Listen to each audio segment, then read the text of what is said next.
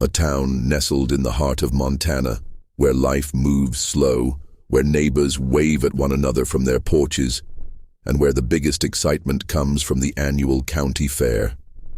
A place where doors don't need locks, and where people still believe in the strength of a handshake. Now picture the stillness of this place being shattered. Dark SUVs rolling down Main Street, their tinted windows hiding men in sharp suits with colder eyes. Strangers who don't belong here. Strangers looking for something to take.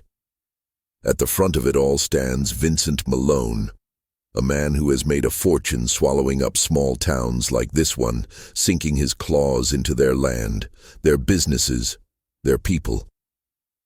To him, Iron Ridge is just another target, another easy victory, but what he doesn't know is this: the people here, they've got too much history, too much grit to just roll over. Their town isn't just a place, it's their home, their legacy, and Malone is about to find out that some things aren't for sale. Because there's one man they never saw coming. His name is Jake Callahan. A retired Navy SEAL, a man who thought he'd left the fight behind until one phone call changed everything. This isn't about money. It's not even about power. This is about standing your ground. This is about knowing when to fight. Now tell me, what would you do? Would you let them take everything, or would you stand and fight? Let me know in the comments below. And if you believe in defending what's yours, hit that like button, subscribe, and stay with me. Because this story, it's just getting started.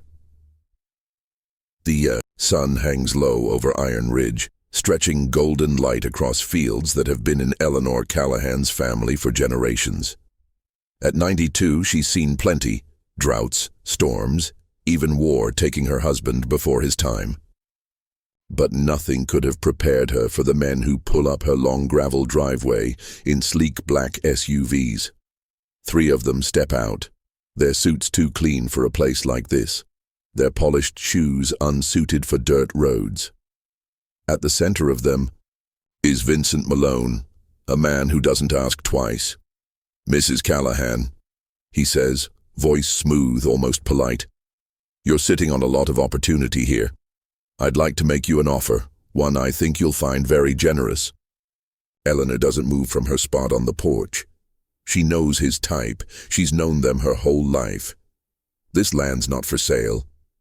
Malone's smile is slow, practiced, like a blade being drawn. "That's disappointing," he says. "I'd hate for things to get difficult." And just like that, the town starts changing. Fences slashed open in the night, cattle stolen, fires set to barns that once stood for 100 years. Storefronts shuttered for no clear reason, their owners whispering of threats, of pressure. The sheriff? Nowhere to be found. Still, Eleanor doesn't bend. Instead, she reaches for a number she's kept tucked away for years. 3 states over, Jake Callahan answers his phone, his voice steady as always. "Grandma?" Eleanor breathes out, slow and certain. "It's time you came home, Jake. They've made a mistake. Now, before we go any further, I have to ask, what would you do? Would you take the money and walk away? Or would you stand your ground, knowing what's at stake? Drop a 1 in the comments if you'd take the deal. Drop a 2 if you'd fight like Eleanor. And if you believe some things are worth standing up for, hit that subscribe button, like this video, and share it, because what's coming next, you won't want to miss it. The road into Iron Ridge feels longer than Jake Callahan remembers. The highway stretches for miles, empty and dark, the Montana sky vast and indifferent above him. He rolls down his window, breathing in the crisp night air, letting the familiar scent of pine and open fields settle into his bones. But as he nears the town limits, something feels off. The "Welcome to Iron Ridge" sign is still there, weathered but standing. The diner on Main Street still has its neon sign flickering in the window. But the life, the quiet, steady hum of the town has changed. Storefronts that should be open late are dark. The old gas station, where he used to buy sodas after school, has its windows boarded up. There are men on the street corners, standing too still, watching too closely. Jake knows trouble when he sees it, and right now, Iron Ridge has trouble written all over it.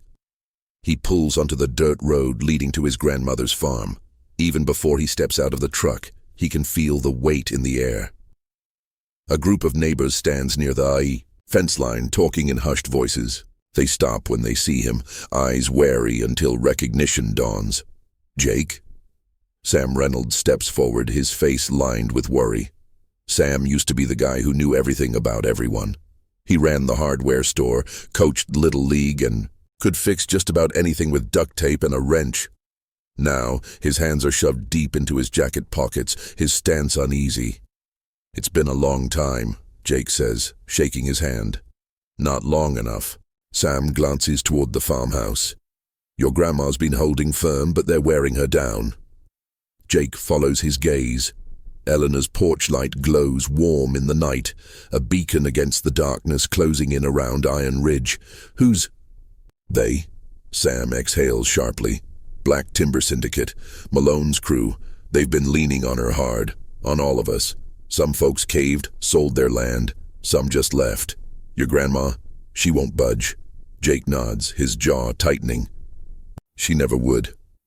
He pats Sam on the shoulder before heading up the porch steps. Eleanor's already waiting at the door. "Jake," she says simply, as if he's just come back from a Sunday drive. He steps forward, wrapping her in a firm but gentle hug. "I got here as fast as I could."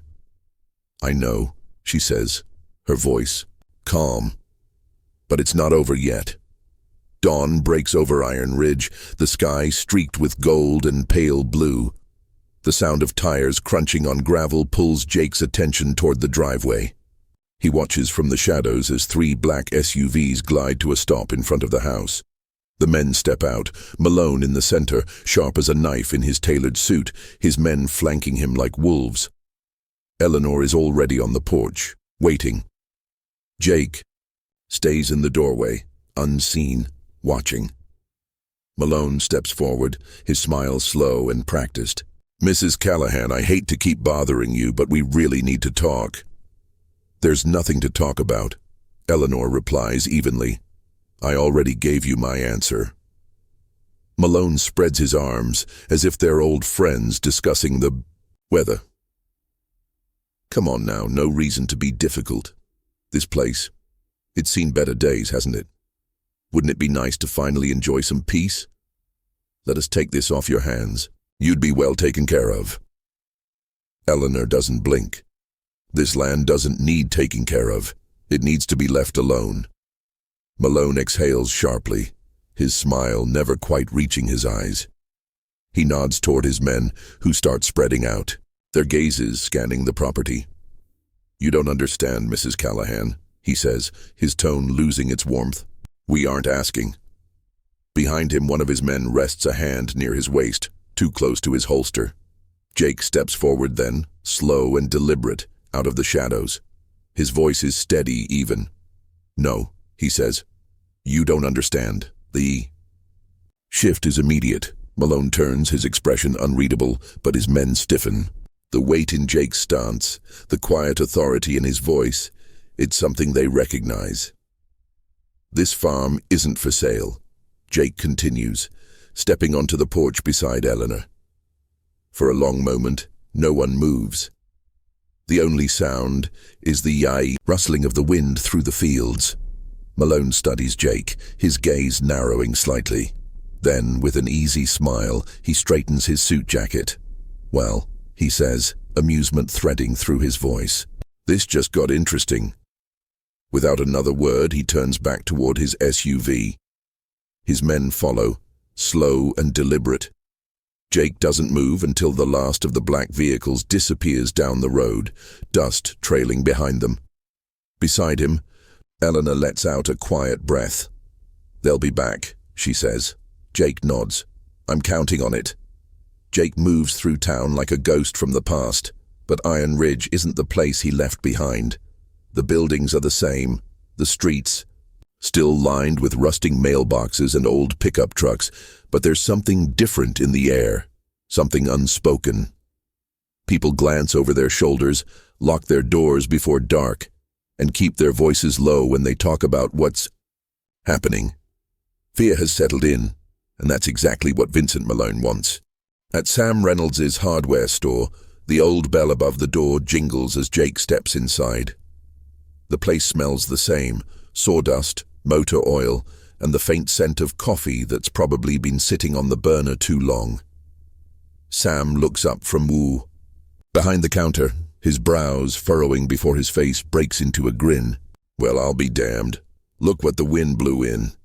Jake shakes his hand, the grip familiar and firm. "Heard you left the FBI. Figured you'd be somewhere warm, not back in Iron Ridge selling nails and 2x4s. Sam chuckles, but there's something heavy in his eyes. "Thought I was done with the fight. Guess the fight wasn't done with me." He leans in, his voice dropping. "This town's in trouble, Jake, and not just your grandma. Malone's buying up everything, and what he can't buy, he's taking." Jake nods. "That's why I'm here." Sam sighs, rubbing a hand over his face. "Then you're gonna need more than just a couple of old friends." Later that night, Jake meets with Linda Parker, the town's only honest deputy, in the back of the diner. The neon light outside hums, casting a dull glow through the window. Linda doesn't waste time with pleasantries. "Sheriff's in Malone's pocket. He doesn't even try to hide it anymore." Jake leans forward. "And you?" "I took this job to protect people, not sell them out," she says. "Malone doesn't own me." Jake studies her for a moment before nodding. "Then let's make sure this town knows it." The first signs of resistance start small. People stop answering Malone's calls. The few remaining shop owners refuse to sell. The diner starts staying open later, welcoming anyone who needs a safe place to talk. Jake walks through town and sees neighbors talking again, standing in small groups, watching. They're still scared, but they're starting to remember who they are. But Malone doesn't take defiance lightly. The first strike comes at midnight. Sam's younger brother, Mike, owns the only mechanic shop left in town. He wakes to the smell of smoke, running outside just in time to see flames licking up the walls of his garage. By the time the fire department gets there, it's too late. The next night, a family driving home from church is run off the road. Their truck flips, landing upside down in a ditch. They survive, but barely. Then the worst of it. Jake wakes up to the sound of a neighbor pounding on the farmhouse door. "They hit the barn," the man gasps. "Something's wrong." Jake sprints outside. The old wooden barn stands quiet in the early morning light, nothing visibly wrong until he gets closer. That's when he sees it. A bundle of wires near the foundation, a small blinking light, explosives. Jake crouches down, his breath steady. He's dealt with this kind of thing before, but never in his own backyard. Carefully, methodically, he works, cutting the wires, defusing the device before it can turn his grandmother's history into a pile of ash. By the time he stands, his fists are clenched, his pulse thrumming with something dark. This isn't just about business anymore. Malone has made it personal. The sheriff shows up that afternoon, acting like he's just here to chat. He leans against his cruiser, chewing on a toothpick, watching Jake with something close to amusement. "Callahan," he says, slow and easy.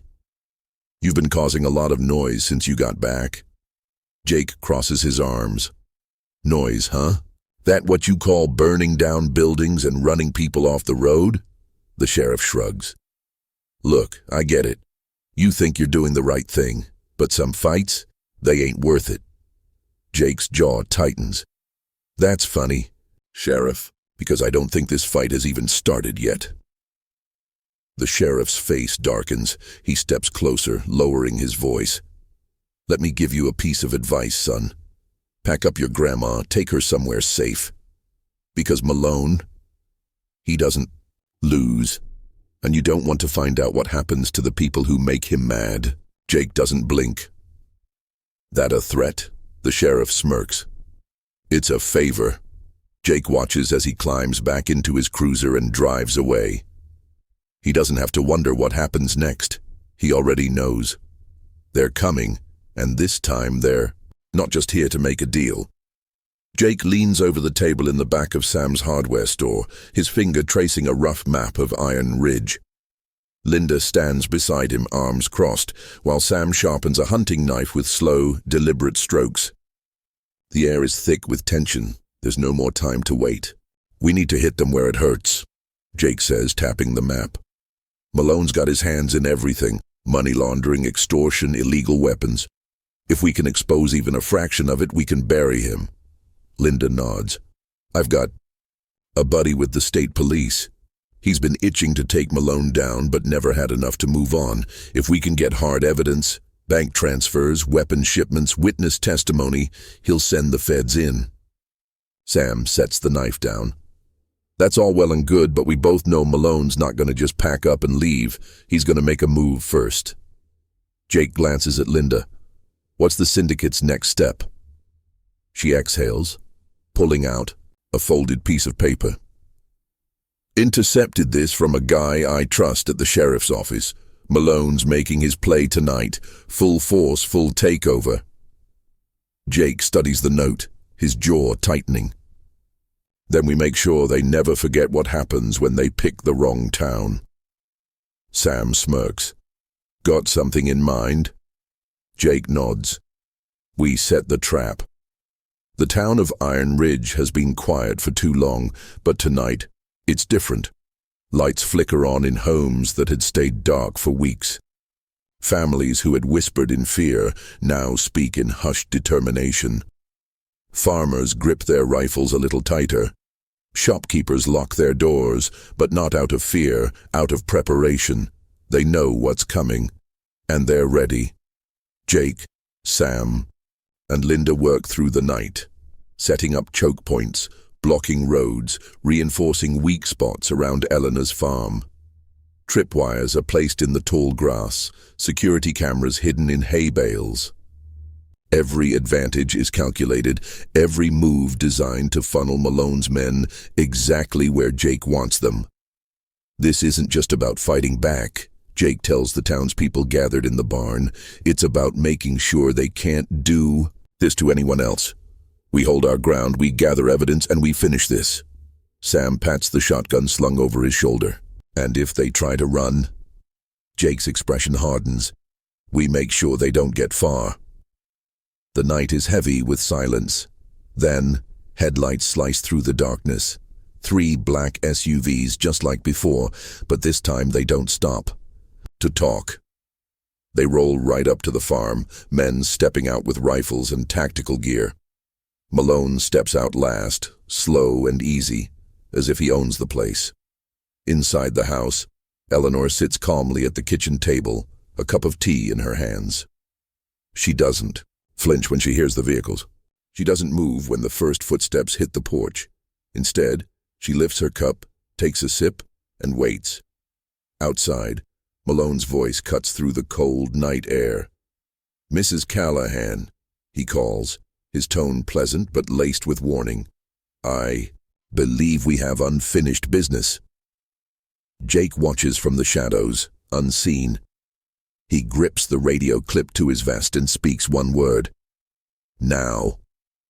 The first explosion isn't lethal, it's a warning.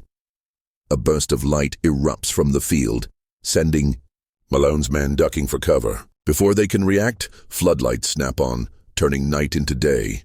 Gunfire cracks from the rooftops of nearby buildings. Sam and a few of the local hunters take up high positions, their rifles trained on Malone's men. Chaos erupts. One of Malone's men trips a wire near the barn, setting off a flashbang that blinds him instantly. Another stumbles into a hidden pit near the fence line, his weapon skidding across the dirt. The syndicate came expecting an easy win. Instead, they walked into a seal-designed nightmare. Malone ducks behind one of the SUVs, cursing. His men try to regroup, but every time they move, another shot forces them back. Linda's voice crackles over the radio. "State police inbound. Just keep them here." Jake steps out from the shadows, his rifle held loose in his hands. "This is over, Malone." Malone turns, his face twisting with rage. "You think you can win this?" Jake shrugs. "Doesn't look like you're winning." Malone grits his teeth. "You think these people are gonna fight for you?" Behind Jake, the answer is clear. The people of Iron Ridge stand together. Shopkeepers, farmers, mechanics, teachers. They've had enough.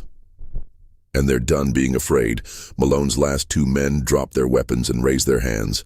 The sound of sirens echoes in the distance. Malone's jaw clenches. He knows what's coming. Jake steps closer. "You lost." Malone exhales, then does something unexpected. He smiles. "You don't get it, do you?" he says. "I'm just the beginning." Jake doesn't blink. "Then we'll be ready." As state police vehicles pull onto the property, blue and red, lights washing over the scene, Malone is cuffed and hauled to his feet. Linda walks up beside Jake, watching as the officers take the syndicate away. "Think that's the last we'll see of him?" Jake glances at Eleanor, who stands tall on the porch, her hands steady, her gaze unshaken. "No," he says, "but it's the last time he underestimates this town." The night erupts into chaos. Gunfire cracks through the air as the Black Timber Syndicate's men scramble to regain control, but they've already lost it. The townspeople, once afraid to even speak Malone's name, now stand together fighting for their home. Jake moves like a shadow through the battlefield, taking out one armed man after another with calculated precision. His training kicks in. Quick strikes, controlled movements, never wasting a second. From the rooftop of the barn, Sam provides cover, his rifle picking off syndicate enforcers trying to regroup near the SUVs. "They're falling apart," he mutters over the radio. "They weren't ready for this." Linda, crouched behind an overturned truck, reloads her weapon. "They never thought they'd have to fight for it," she says, eyes scanning for movement. "They thought they'd just take it." But the people of Iron Ridge weren't giving up. In the distance, Eleanor Callahan stands on her porch, watching the battle unfold. Despite the gunfire, the shouting, the chaos, she doesn't move, she doesn't waver.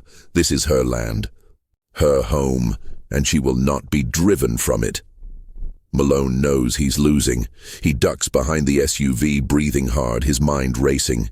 His men are dropping like flies, pinned down or running for their lives. The townspeople, these nobodies, these farmers and shopkeepers, have turned into something else. They aren't afraid anymore. And that's when he realizes fear was the only thing he had. He yanks open the SUV door, scrambling inside. His driver is gone, probably bolted at the first sign of real trouble. No matter, he doesn't need anyone else, he just needs to disappear. He slams the door shut, shoving the keys into the ignition. The engine roars to life, tires kicking up. Gravel as he punches the gas. He speeds down the driveway, past the barn, past the outbuildings, aiming for the main road. If he can make it out of town, he has safe houses, connections. He isn't going to prison. Not now. Not ever. But just as he hits the main road, a figure steps in front of him. Linda Parker. Her gun is drawn, both hands steady, eyes locked onto him. She doesn't hesitate. She fires. A single shot, not at Malone, at the SUV's front tire. The bullet slams into the rubber, and the vehicle lurches violently to the side. Malone fights the wheel, but it's too late. He loses control. The SUV veers off the road, skidding into a ditch. Before he can recover, the door is yanked open. "Jake, you're not going anywhere," Jake growls, hauling Malone out and slamming him to the ground. Malone grits his teeth, chest heaving. "You think this changes anything?" Jake doesn't answer, but the sound of sirens in the distance does. Blue and red lights flood the farm as FBI agents and state police pour onto the property. The sheriff, still trying to act like he's in charge, steps forward, only to be met with a pair of handcuffs and a federal warrant. His face twists in shock as they slam him against his own cruiser. Wait, what the hell is this? He stammers. I run this town. One of the agents smirks. Not anymore. Across the field, Malone's men are being rounded up, zip-tied, and loaded into police vans. Some of them look defiant, others just tired. But the fight is over. Jake watches as Malone is shoved into the back of a police car, his wrists bound. For the first time since he arrived, he sees something new in the crime boss's eyes. Defeat. Dawn breaks over Iron Ridge. The battle is won, but the real work is just beginning. Linda stands beside Sam, watching as the last of the syndicate's vehicles are towed away. Feels different, doesn't it? She murmurs. Sam nods. Like we finally got our town back. Jake walks up, hands in his pockets. We did more than that, he says. We made sure no one else can take it again. The evidence gathered, documents, recordings, witness statements, will ensure that Malone and his entire operation are dismantled, not just in Iron Ridge, but in every other town they had their claws in. Justice is being served, and it started with one woman who refused to back down. Eleanor stands on her porch, looking out over the land she's fought so hard for. The fields, the barn, the home her family built with their own hands. Jake joins her, standing quietly for a moment. You were right, he says finally. They made a mistake. Eleanor smiles, a quiet, knowing thing. They always do. She turns to him, her voice softer now. Are you staying? Jake looks out at the town. The people, the place he once left behind. For the first time in a long time, he knows the answer. Yeah, he says. I think I am. Iron Ridge is home, and home is worth fighting for. 1 year later, Iron Ridge looks nothing like the town it had been under the syndicate's shadow. The main street is alive. Again. Shops that had been boarded up are open, their signs freshly painted, their windows filled with goods. The diner, once nearly empty, is bustling with voices, laughter, conversation, the sound of a town that remembers who it is. The sheriff's office has been rebuilt, this time under new leadership. Linda, now officially sheriff, runs things the right way. No backroom deals, no fear, just justice. Sam's hardware store has expanded, no longer just a place to buy tools, but a community hub. People gather there not out of necessity, but out of a renewed sense of connection, of trust. And Eleanor Callahan still sits on her porch, just as she always has. A steaming cup of tea in hand, her eyes watching the land she nearly lost. Land that, thanks to the strength of her town, she will never have to fight for again. Jake steps onto the porch beside her, looking out over the fields bathed in golden morning light. You always knew, didn't you? He asks. Eleanor takes a sip of her tea, a small smile forming. Knew what? That they'd never win. She nods, slow and certain. Fear only works if you let it. And this town? We stopped letting it. Jake exhales, taking it all in. He thought he'd be passing through, just helping his grandmother, then moving on. But now, Iron Ridge is home, and home is worth protecting. Now, I want to hear from you. What do you think made this town strong? Was it Jake's military training, his ability to outthink and outfight the syndicate? Was it Eleanor's unshakable will, her refusal to give up even when the odds were against her? Or was it the people, the way they stood together, refused to be broken and fought back not just for themselves but for each other? Drop your answer in the comments, and if you believe in standing up for what's right, hit that subscribe button, like this video, and share this story with someone who needs a little inspiration today. Because in the end, strength isn't just about who can fight the hardest, it's about who refuses to fall.